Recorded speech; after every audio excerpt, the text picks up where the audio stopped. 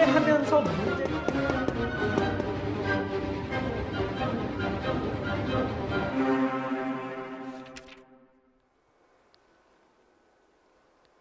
안녕하세요.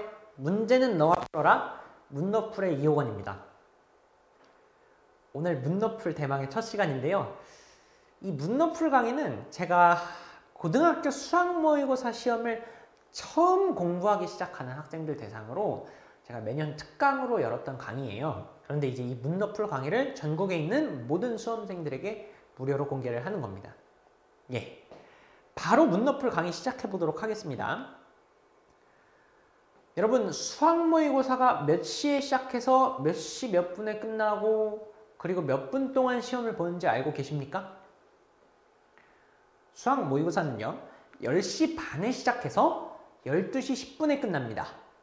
국어는 80분이 주어지고 영어는 70분이 주어지는데 반해 수학은 100분이라는 좀 시간이 많은 것 같은데 하는 좀 다소 많은 시간이 주어지게 되죠.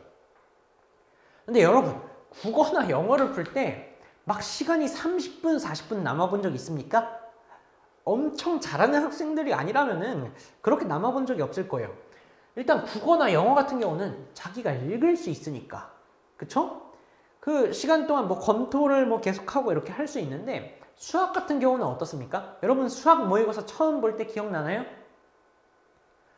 한 30분, 40분 정도는 열심히 풀다가 더 이상 내가 풀 수 있는 게 없어 해가지고 남은 60분, 70분은 엎드려 자거나 아니면 딴짓을 하거나, 그쵸? 그러다가 한 급식 시간인 12시 10분, 한 10분 전에 일어나서 오늘 급식 메뉴는 뭐지? 하면서 이제 일어나죠. 근데 원래 이 100분이라는 시간이, 수학 모의고사 시험에 100분이라는 시간이 국어나 영어처럼 굉장히 간당간당하고 스릴 있게 느껴져야 하는 게 정상입니다. 그럼 여러분들이 30분, 40분만 풀고 60분, 70분 동안 엎어져서 잤던 이유는 아직 수학 모의고사를 어떻게 푸는지 몰라서 그렇습니다.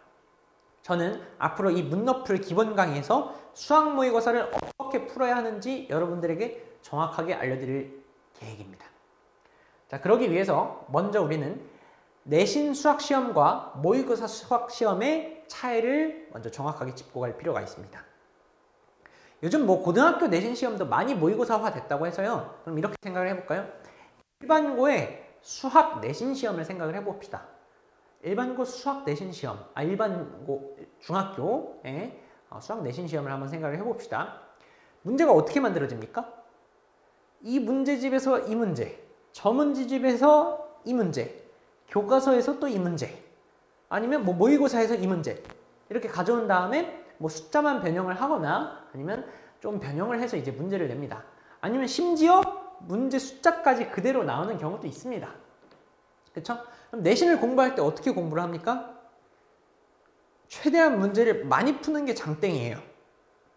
그쵸? 내가 최대한 많이 문제를 풀어서 시험에 나온 문제가 전부 다 내가 한 번 이상 풀어본 문제들이 되게끔 하는 게 이제 최고의 이제 내신 공부 방법이죠. 그쵸?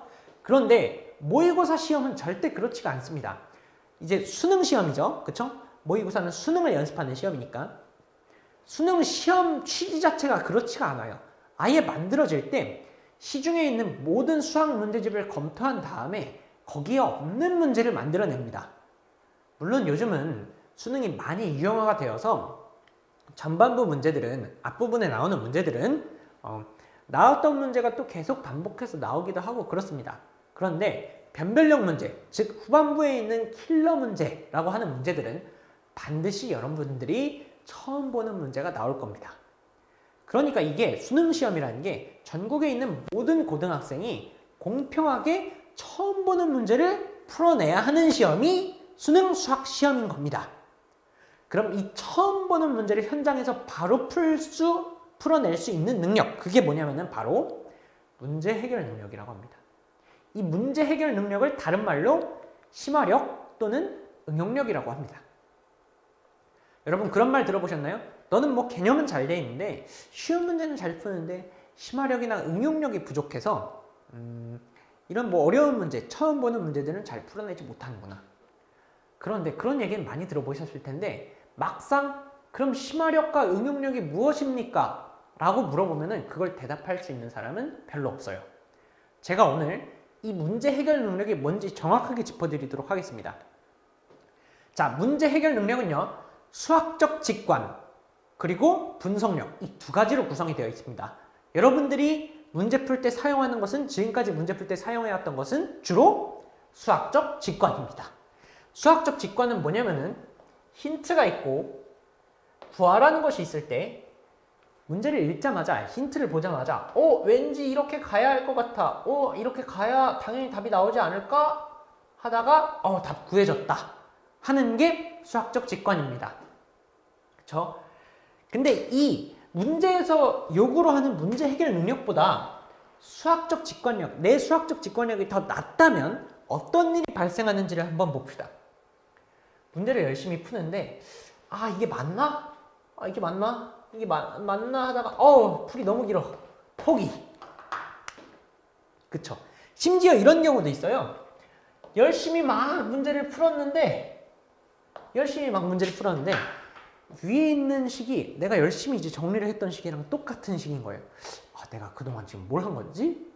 이런 경우도 있어요, 심지어. 그리고 이 수학적 직관력은 약간 선천적인 부분도 있습니다. 그쵸? 쟤는 수학 머리를 좀 타고났어. 이런 거 이야기 하잖아요. 그게 이 수학적 직관력을 이야기를 하는 겁니다.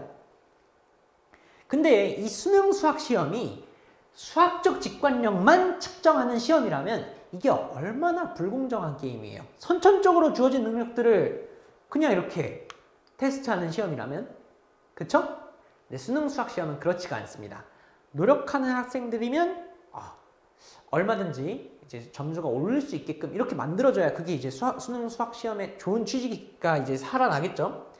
그래서 이 갭을 메울 수 있는 게 바로 분석력이라는 겁니다.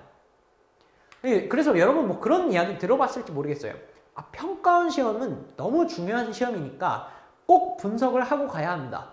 근데 수학 문제를 어떻게 분석합니까? 에 대해서 얘기해 주는 사람은 별로 없죠. 이 분석을 어떻게 하는 건지에 대해서 오늘 1강에서 개괄적으로 말씀을 드리도록 하겠습니다. 자, 분석이라는 건 이렇게 가는 겁니다. 지금 직관으로 푸는 경우에는 이렇게 풀었죠. 분석은 먼저 목표를 파악합니다. 내가 구해야 되는 것이 무엇이다 라고 파악을 한 뒤에, 그러면 얘를 구하기 위해서는 이걸 구해야 하고, 얘를 구하기 위해서는 이걸 구해야 되고, 주어진 힌트가 이거니까 얘를 이렇게 구할 수 있겠다 라고 하는 생각을 하는 게, 하면서 이제 전체적인 그림을 그리고 가는 게 분석이에요. 직관은 어떻게 갔나요? 힌트에서 출발해서 묻는 것으로 갔죠. 분석은 어떻게 가는 거예요? 묻는 것에서 출발해서 힌트와 중간 지점에서 만납니다. 이게 분석과 수학적 직관의 차이점이에요. 그러면 여러분들이 문제를 풀 때 어떻게 해야 분석력을 기를 수 있는지에 대해서 좀 말씀드리도록 하겠습니다. 첫 번째 단계, 그 문제의 과목, 단원, 개념을 찾아야 합니다. 일단 이 문제가 어떤 수학 개념에서 나온 문제인지도 파악을 못한다면은 그 문제를 풀 수가 없어요. 두 번째, 그 다음에 이제 문제를 읽으면서 모든 힌트를 체크합니다. 힌트 1번, 힌트 2번 모든 힌트를 체크하고, 그 다음에 힌트와 묻는 것은 다른 겁니다. 힌트를 다 체크했으면 묻는 것에 체크를 합니다. 그 다음에 이 묻는 것의 진짜 뜻을 파악해야 합니다. 수학 출제자들은요, 진짜 뜻이 따로 있고 이거를 다른 말로 이렇게 감싸는 걸 굉장히 좋아해요. 그래서 묻는 것의 진짜 뜻을 먼저 꼭 파악하고 가야 합니다. 그리고 이 묻는 것을 먼저 파악하는 이유는 이게 우리가 문제를 푸는 목표이기 때문입니다. 수학적 직관은 힌트부터 시작해서 묻는 것으로 가지만, 분석이라는 건 묻는 것에서 시작해서 힌트에서 중간 지점에서 만나야 되는 거기 때문에 묻는 것의 진짜 뜻을 반드시 먼저 파악을 해야 합니다. 그 다음에서야 비로소 주어진 힌트들의 진짜 뜻을 각각 파악을 합니다. 그 다음에 이제 여기까지 파악이 됐으면 이제 본격적으로 문제를 풀기 시작해야겠죠? 힌트들을 변형하고 조합하기 시작해야 될 겁니다. 이 힌트들을 변형하고 조합하는 방법에는 총 4가지가 있습니다. 4가지밖에 없어요. 첫 번째, 미지수적 접근을 한다. 두 번째, 기하학적 접근을 한다. 세 번째, 추론과 경우 나누기. 네 번째가 변수 해석입니다. 그 다음에 이 과정들을 돌아보면서 빠진 것이 있나 채우는 겁니다. 문제를 풀 때 항상 이 순서대로 풀리진 않거든요. 분석을 할 때 이 순서대로 파악이 되진 않습니다. 그래서 다시 돌아보면서 빠진 것이 있나 파악하는 것이 이제 7번입니다. 지금 들어보면은 이게 뭔가 알 것 같기도 하고 아무것도 모르겠다 이런 느낌이 들 수도 있는데, 다음 강의부터는 이 1번에 대해서 아예 한 강, 자세히 이제 과목 단원 개념을 어떻게 찾는가에 대해서 한 강, 그 다음에 힌트와 묻는 것을 어떻게 체크하는 것인가에 대해서 한 강. 그래서 이렇게 하나씩 자세히 보도록 할 것입니다. 이렇게 훈련을 해야 여러분들의 분석력이 길러지고 수능 수학에서 만점을 받을 수가 있습니다. 그러면 자, 이것들을 다 파악을 할 수 있으면은 여러분들은 이제 30번까지 풀 수 있게 됩니다. 가장 어려운 문제라고 불리는 킬러 문제죠. 그쵸? 이제 공통 과목과 선택 과목이 나눠졌으니까 이제 22번 또는 30번 이렇게 이야기를 할 수 있겠네요. 그쵸?